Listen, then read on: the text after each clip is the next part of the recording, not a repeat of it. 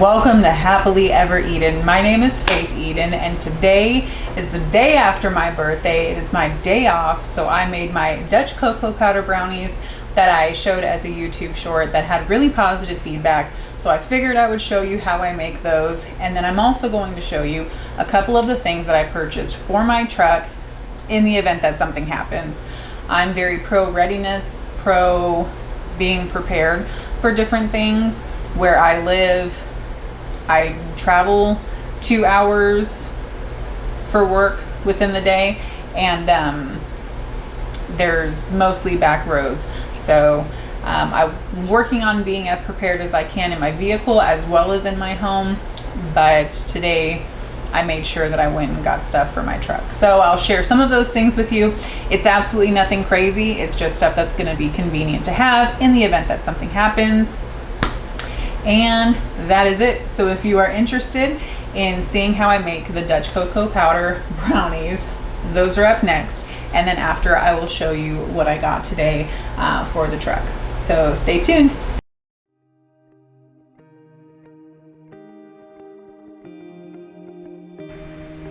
So my husband bought me a KitchenAid stand mixer for Christmas last year, and I am totally and completely in love with it. I've used it a million times. So here we are using 1 1/4 cup of granulated sugar, and I use organic raw sugar. Then you're going to use 1/3 of vegetable oil. You can use butter if you want to, but I strongly suggest using vegetable oil. I've never made this recipe with butter. I've only ever used the vegetable oil, so no guarantees on the turnout with the butter. Then you want to use 1/4 cup milk, and I use Organic Valley grass-fed milk. That's our personal preference. This is our homemade vanilla extract. You want to use 2 teaspoons of the pure vanilla extract. I had half a teaspoon, not sure where my teaspoon went, so that's why you'll see me do it as many times as I do. So I love using homemade vanilla extract. It's my personal favorite. I will make it forever and always. Yeah, you can't go back to store-bought after you've used the homemade stuff. 1 egg, 1 large egg. We use organic eggs, not farm fresh, just the happy eggs, I believe is what they're called. I wish I would have shown you guys. For my birthday, my husband bought me this amazing parts stand for my KitchenAid mixer with like all the attachments, and I completely forgot to show you. I'll have to show you in one of the next videos, but it's awesome. I love it. Totally a fan. Keeps them all in one spot. I'm a happy lady. So you'll just mix this together for just a little while. I did make a mistake in a clip that I cut out where I added the egg directly to. You don't want to do that. You want to mix it first, and then at the very end you want to add your egg in, because you really only want to beat the egg for about 30 seconds or so.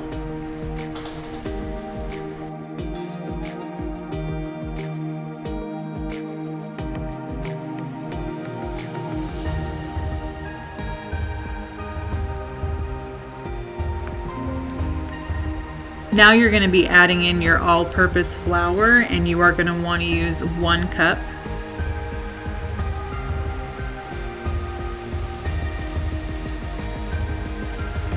I'm not sure why. You don't have to do this. I don't know why I did just the flour and then added everything else. You don't have to do that. You can put all of the dry ingredients into one bowl and mix them all in together however you want. I haven't noticed a difference personally. That was 1/2 cup of the natural unsweetened cocoa powder. That is also 1/4 teaspoon baking soda, a pinch of Himalayan salt, and then 1/2 teaspoon of instant coffee. I love using instant coffee in chocolate-based baked goods. I think that it does enhance the flavor of the chocolate, and it just makes it a little bit richer. So I would not skip out on the instant coffee.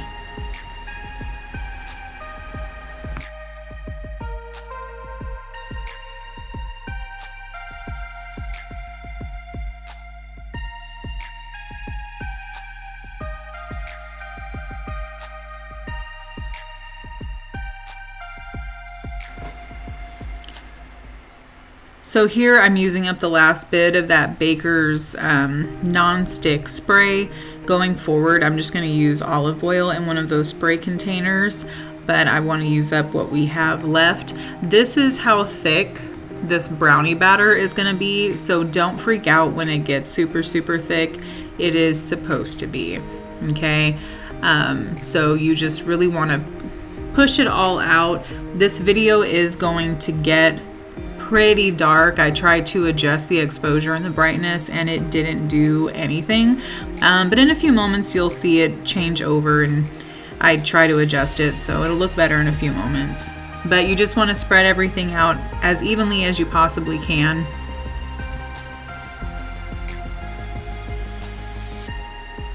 Whoop, there we go. There, we fixed the lighting.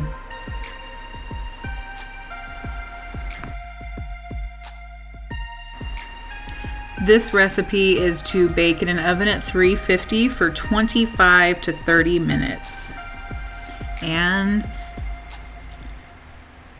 there she is. All right, guys, here are the brownies. They smell delicious, by the way. So I think they've cooled down enough. I guess we'll see. Oh yeah.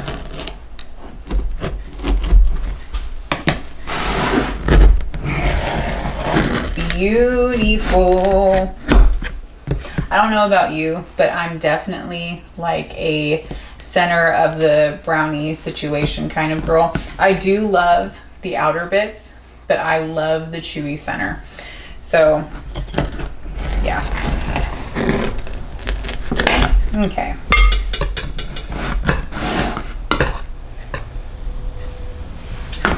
Here is our beautiful brownie. Hopefully that focuses in. Maybe. Yeah. There's our brownie. Oh yeah. Mm. Mm. Mm. Mm-hmm. Mm-hmm. Mm-hmm. So it's definitely not overpoweringly sweet. These are not super sweet brownies. They are very delicious brownies. Very kind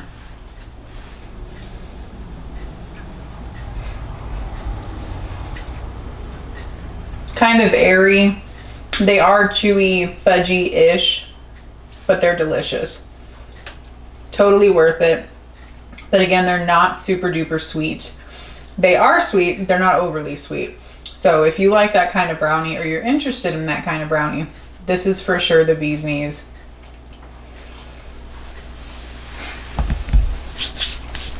We're just like swimming in sweets right now. The girls from work got me a cookie cake.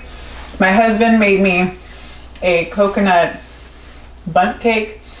And now I've made brownies. I think it's safe to say that we don't need any more sweets in this house. No more. Yeah, no more. Okay, so one of the things that I do want to look at, sorry for my messy truck. So I do want to, oh, we're coming undone over here. Okay, I'll have to fix that later. I do want to get a flashlight. We cleared these out, and so I'm gonna be refilling them with, you know, different things. But anyway, a flashlight is for sure something that I want to get in here.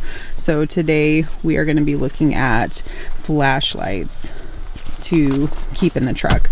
So I got to remember that. Okay, as far as the items that go for my truck, I just got a couple of things, really.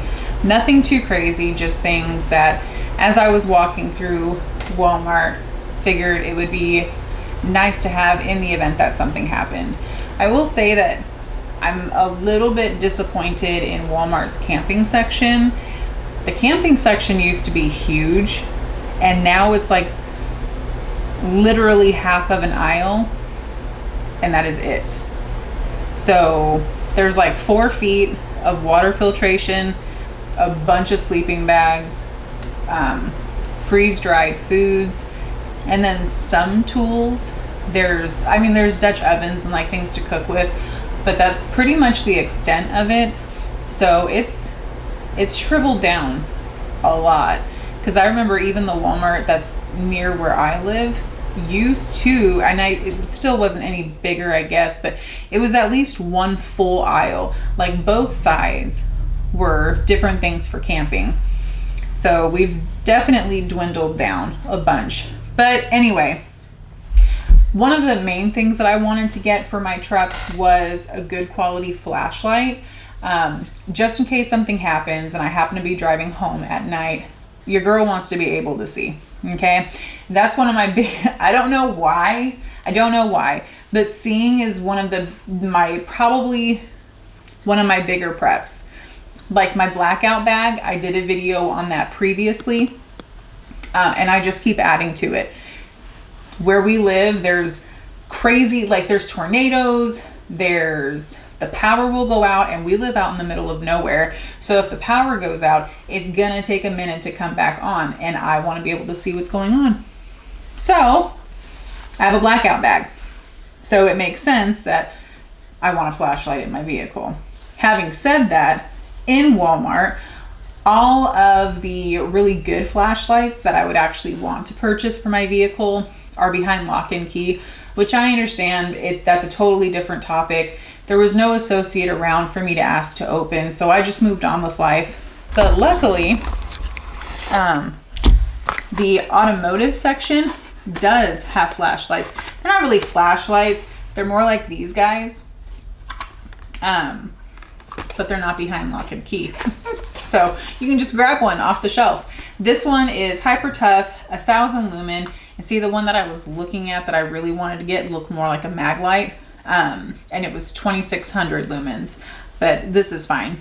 It's a work light, but it folds up, and it's got like a carabiner feature on it, which will hang very nicely. So I'm not worried about it. I did want to stick with something that had batteries compared to something that had to be charged. I don't trust myself enough to have all stuff that needs to be charged. The reason why is because I keep flashlights by the front door, because we keep Memphis outside, and at nighttime when we go and get him, we take the flashlight. I'm not the one that charges the flashlights, okay? My husband is the one that charges the flashlights. I would rather put a battery in it and then have battery backups in the event that the battery decides it doesn't want to play anymore, okay? But virtually, there's not a lot of options left of things that just take batteries. So anyways, this uses rechargeable lithium ion battery and USB cable. So this I think was like $29. And it'll be nice to have just the knowledge of knowing that I'll have light. Gives me peace. Just some carabiners, really nothing crazy, nothing wild, but useful if something were to happen. Partnered with that, paracord. Paracord can be used for so much, and I'm so thankful for it. So we'll put that in there. The other item would be road flares. So this is Orion emergency road flares. These were like less than $8. And there's 4 to a pack. So I thought that this would be nice to have. Yeah, I've never dealt with flares before, so.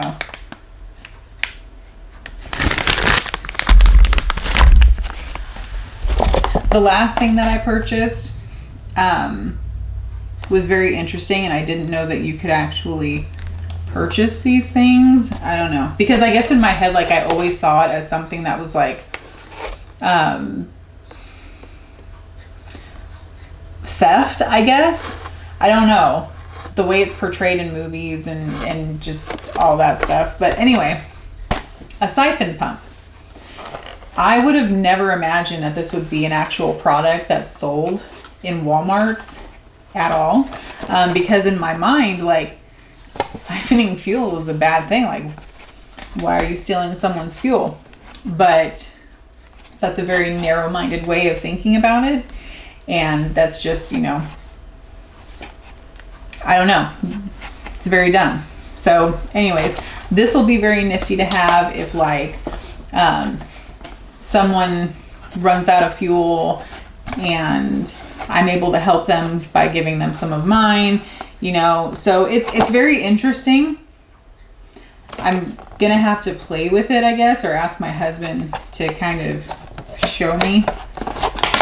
But I thought it was interesting, and this will for sure be in my truck. And that's really that. So if you have any tools of any kind that you keep in your vehicle for emergencies, for readiness, for accidents, you know, whatever it is, drop it down in the comments below. It's always a fun perspective to see what other people do and what they prefer to keep in their vehicles. And then there are some people that don't keep anything in their vehicles. That's not their thing, I guess. I don't like being left with no options. And if I have to claw my way out, I'll claw my way out. So I really try to be prepared. But anyway, I think this is going to be around the closing.